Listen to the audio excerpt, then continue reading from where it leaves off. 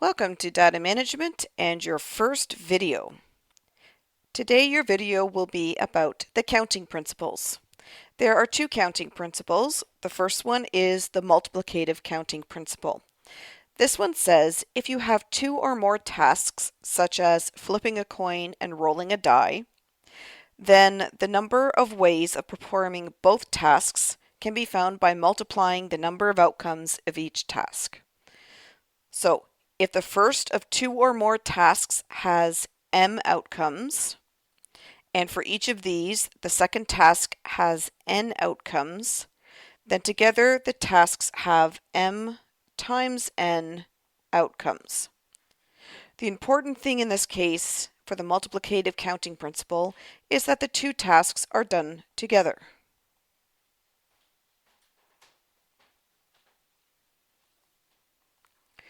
One way to determine from reading the question that the two tasks are done together is that they've used the word and. So if you are flipping a coin and rolling a die, there are 2 ways to flip a coin. There are 6 ways to roll a die. So 2 times 6 makes 12 ways in total to flip a coin and roll a die. Let's look at this example. If ice cream sundaes come in 5 flavors, with 4 possible toppings, how many different sundaes can be made with 1 flavor of ice cream and 1 topping? We'll start this by illustrating our answer with a tree diagram. When you make a tree diagram, it's important to define your two tasks.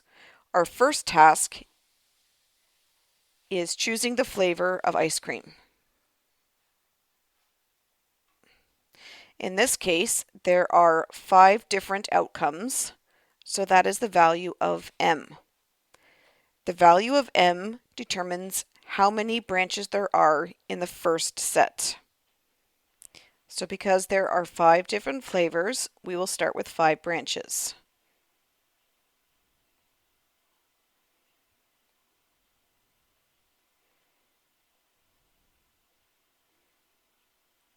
And then label each branch. So this is choosing chocolate ice cream, vanilla ice cream, strawberry, pistachio, and mint. So the first set of branches is for the first step, and the number of branches is the same as the number of outcomes. The second task is choosing which topping you would like. So that is task 2. And since there are 4 possible toppings, that is your value of n. So for 4 possible outcomes, on each of these branches, we are now going to add 4 branches on the second level. 1 for each type of topping.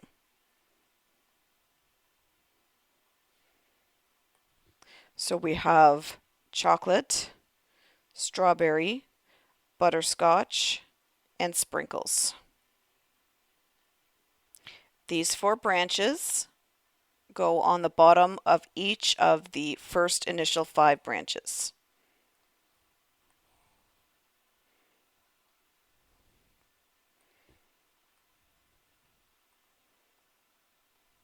And that's your tree diagram.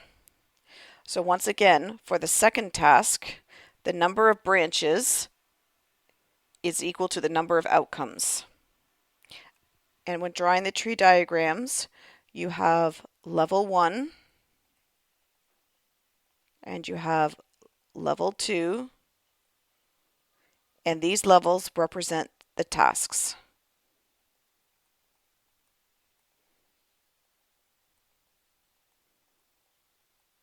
So if you have 3 tasks, you will have 3 levels of branches. Then each of these 20 points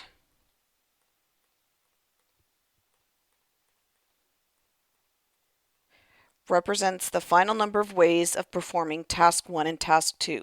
So chocolate ice cream, chocolate topping, chocolate ice cream, strawberry topping, chocolate ice cream, butterscotch topping, etc. Vanilla ice cream, chocolate topping, vanilla ice cream, strawberry topping, etc.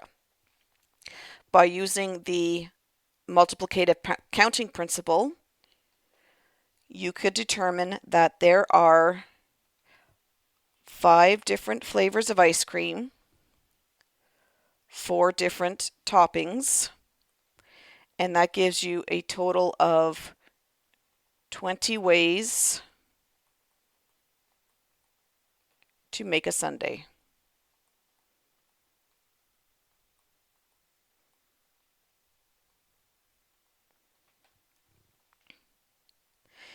Here's an example that we'll try without drawing a tree diagram. How many possible outcomes are there if you roll a die and toss a coin? So in this case, task 1 is rolling a die, and there are 6 outcomes for rolling a die. Task 2 is tossing a coin, and there are 2 outcomes for tossing a coin. So the total number of outcomes is 6 times 2, which is equal to 12 outcomes.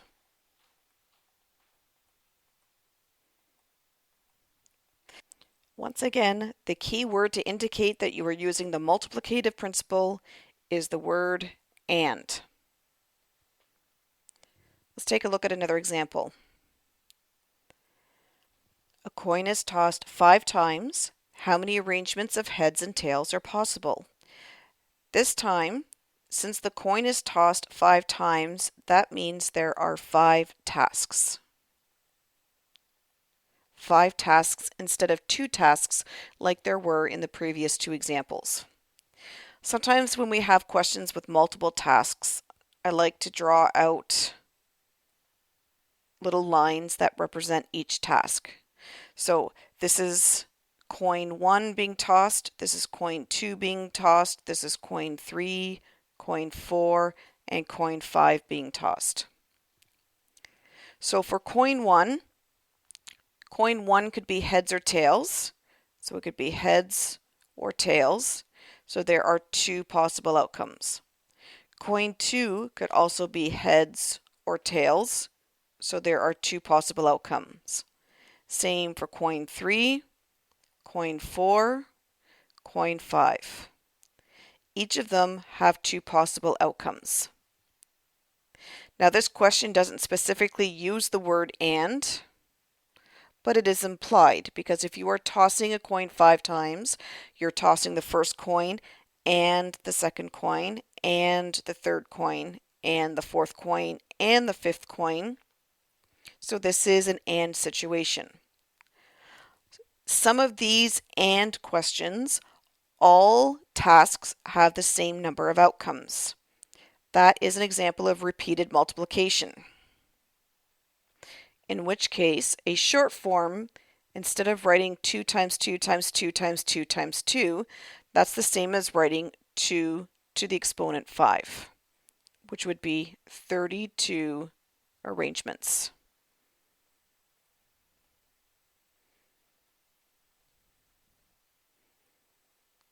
For communication marks, make sure you are writing the answer to the question. How many arrangements? 32 arrangements. So if it's a repeated multiplication question and it works out to be an exponent, the base of the power represents the number of outcomes,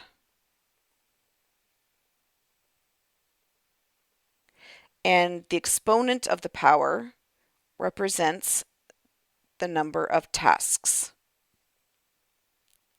This is important so that you do 2 to the 5 and not 5 to the 2.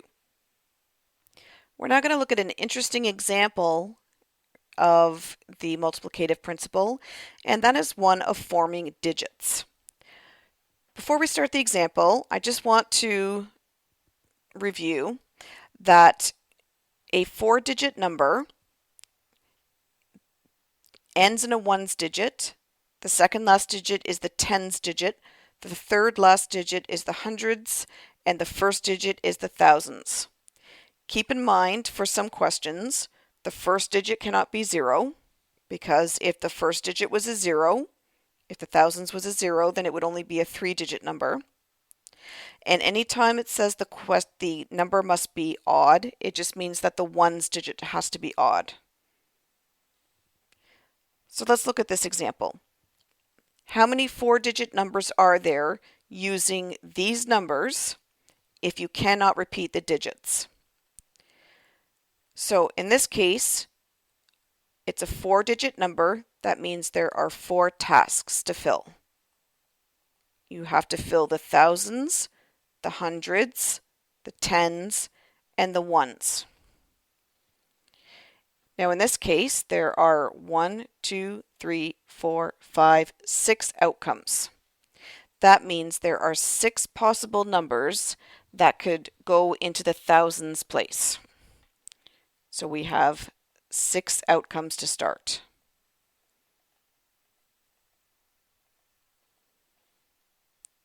Now, once you have chosen a number to go in the thousands, and you cannot repeat the digits, that means in the hundreds position, now you only have 5 possibilities because you can't repeat the digits. So if you use the 7 for the thousands, you now can't use that for the hundreds. For the tens digit, now there's only 4 possible outcomes. And for the ones digit, there are 3 possible outcomes.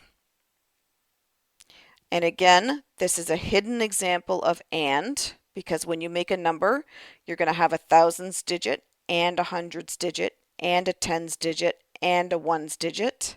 And this will work out to 360 numbers. Again, remember to add this for your communication marks. How many 4-digit odd numbers are there using these digits? So 4-digit odd numbers, that means there's 4 tasks. So we're going to start with our 4 place values. We have our thousands, our hundreds, our tens, and our ones. When answering these questions, you want to make sure that you do take into account any restrictions. So in this case, one restriction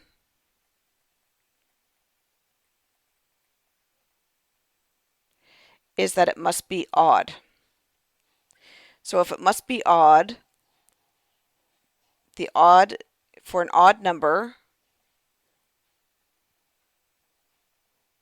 that just means that the ones place value has to be an odd number. So in the ones place value, it could only be the 5, the 7, or the 9. So the ones could only be the 5, the 7, or the 9. So there's only 3 possible outcomes that could go in the ones place value. The second restriction is that the thousands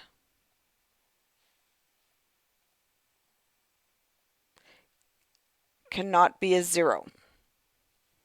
So the thousands digit cannot be a 0.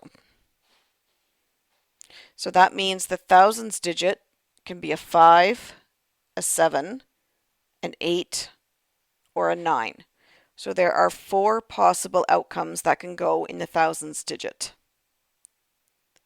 Note that in question 5, it's different than question 4. Question 4 says you cannot repeat the digits. Question 5 does not say you cannot repeat the digits. Those are our only 2 restrictions. So the ones digit must be odd. The thousands digit cannot be 0. After that, there's no restrictions. So the hundreds digit can be any of these 5. And the tens digit can be any of these 5. So once again, this is an implied AND. So that means there are 300 different numbers.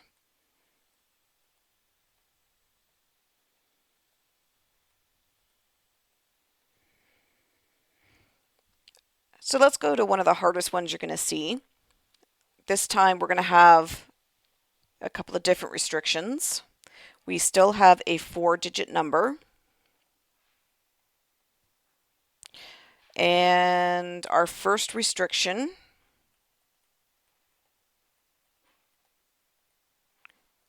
is that the thousands cannot be equal to 0.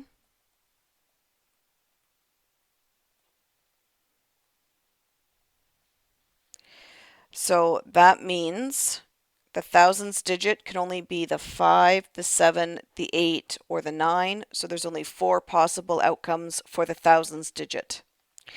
The second restriction is that the digits cannot repeat. Here's where we have a bit of an issue. So the first digit could not be 0, and you're not allowed to repeat it. So for the second digit, it can't be the same as the thousands. It can't be the same digit as the thousands, but now it can be the 0. So if the thousands digit was 7, let's say that the thousands digit was 7. That means the 7 is not available to be in the hundreds position, but now the 0 is available. So there are, again, 4 possible outcomes. And because repetition is not allowed, let's say that the 5 went into the hundreds position. Now there's only 3 possible outcomes for the tens digit. Let's say the 0 went into the tens digit. Now there's only 2 options available for the ones digit. So with your implied and, that means there are 96 different numbers.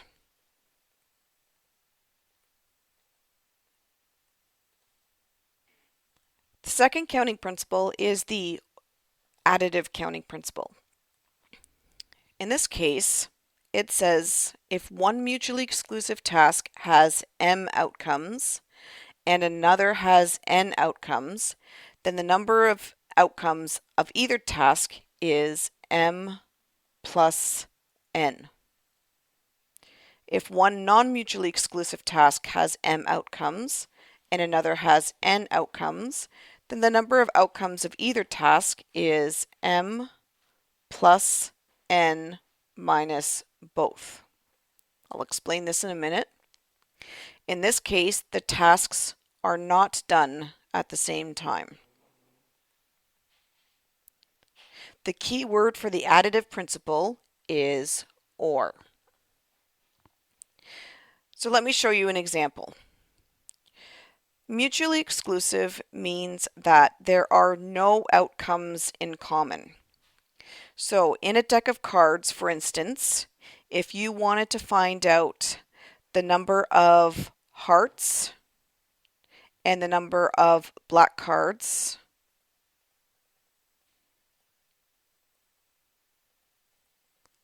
there are 13 hearts, there are 26 black cards, there are no cards that are hearts and black at the same time, so that means that M is 13, N is 26, so the number of ways of getting a heart card or a black card is 13 plus 26.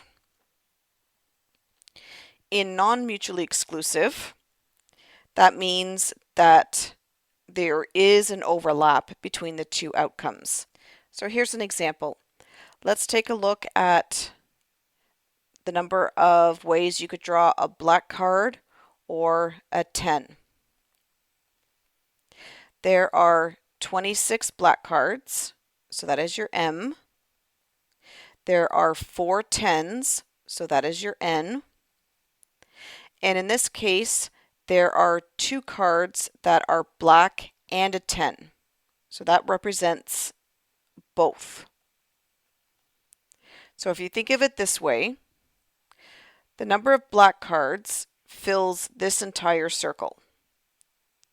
The number of 10s fills this entire circle. That means the 2 cards that are both black and 10 have been counted twice. They got counted as black cards. They also got counted as 10s. They don't get to be counted twice.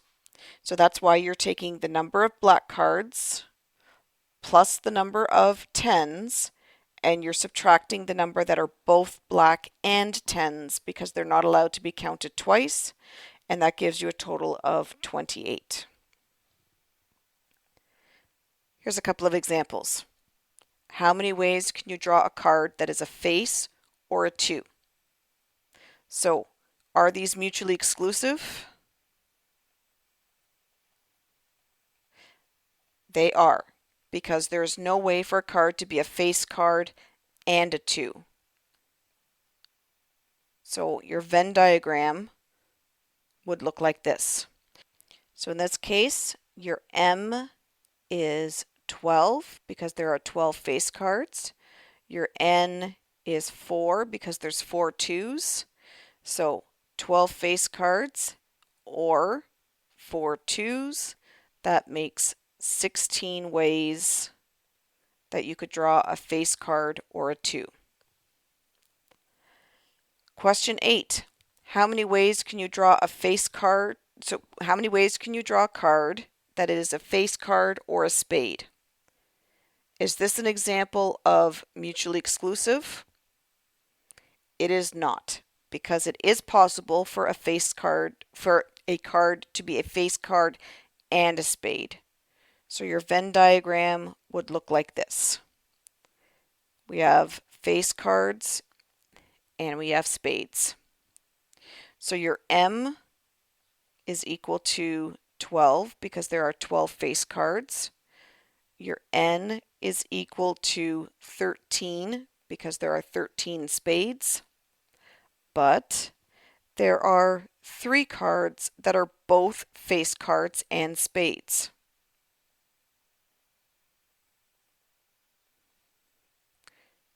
So the 12 face cards covers all of this circle. The 13 spades covers all of this circle. So those 3 cards that are face cards and spades got counted twice. So we have the number of face cards plus the number of spades minus both. So that's your M plus N minus both.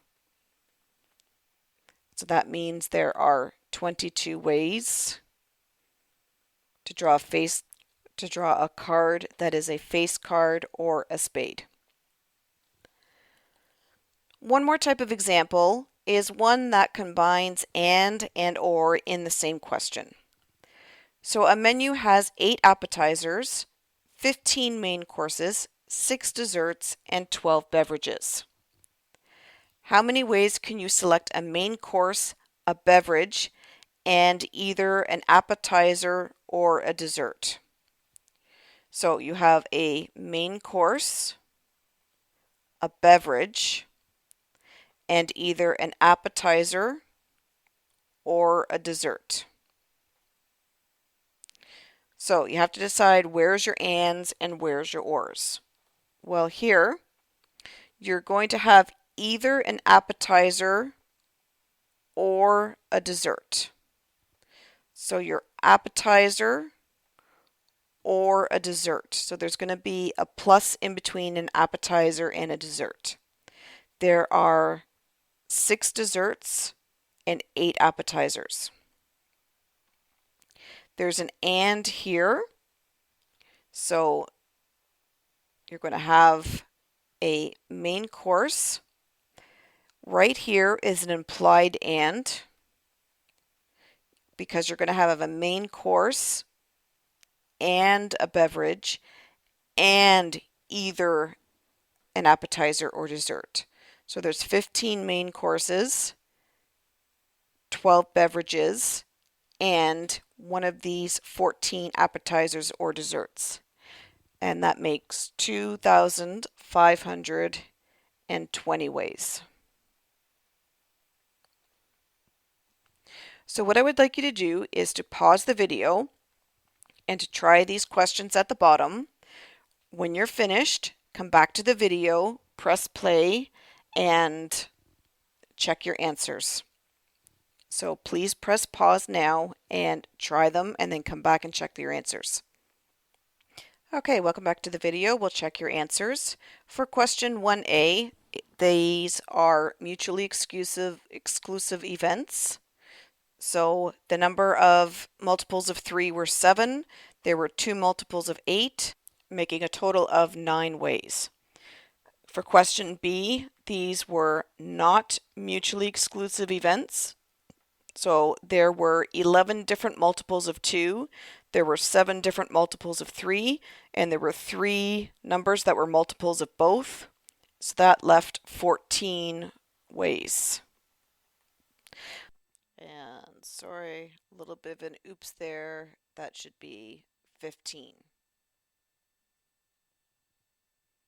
Another way that this question could be answered, if you look at this Venn diagram here, there were 11 different multiples of 2, but in this section here, just in this section right here, if you take 11 and subtract these 3, you get 8.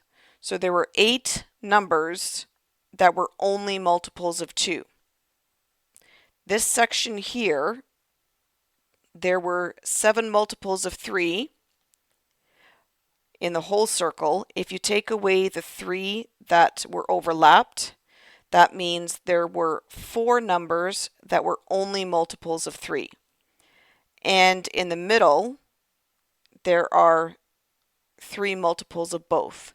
So there are 8 numbers that are only multiples of 2, there are 4 numbers that are only multiples of 3, and there are 3 numbers that are both. So another way that this question could be answered is multiple of 2 only plus multiple of both plus multiple of 3 only, and that also gives you 14 ways.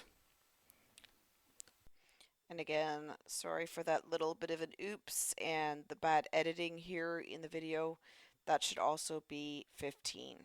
So, hope that didn't confuse you too much, but those should both be 15. So there's just 2 different ways of answering that question.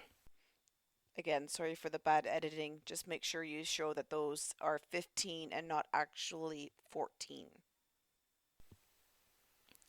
Question 7. There were 2 different body styles, so that's your first level of branches. There were 5 different colors, and there were 3 different models. This is an and situation because you're going to have a body style and a color and a model, so that made 30 different cars.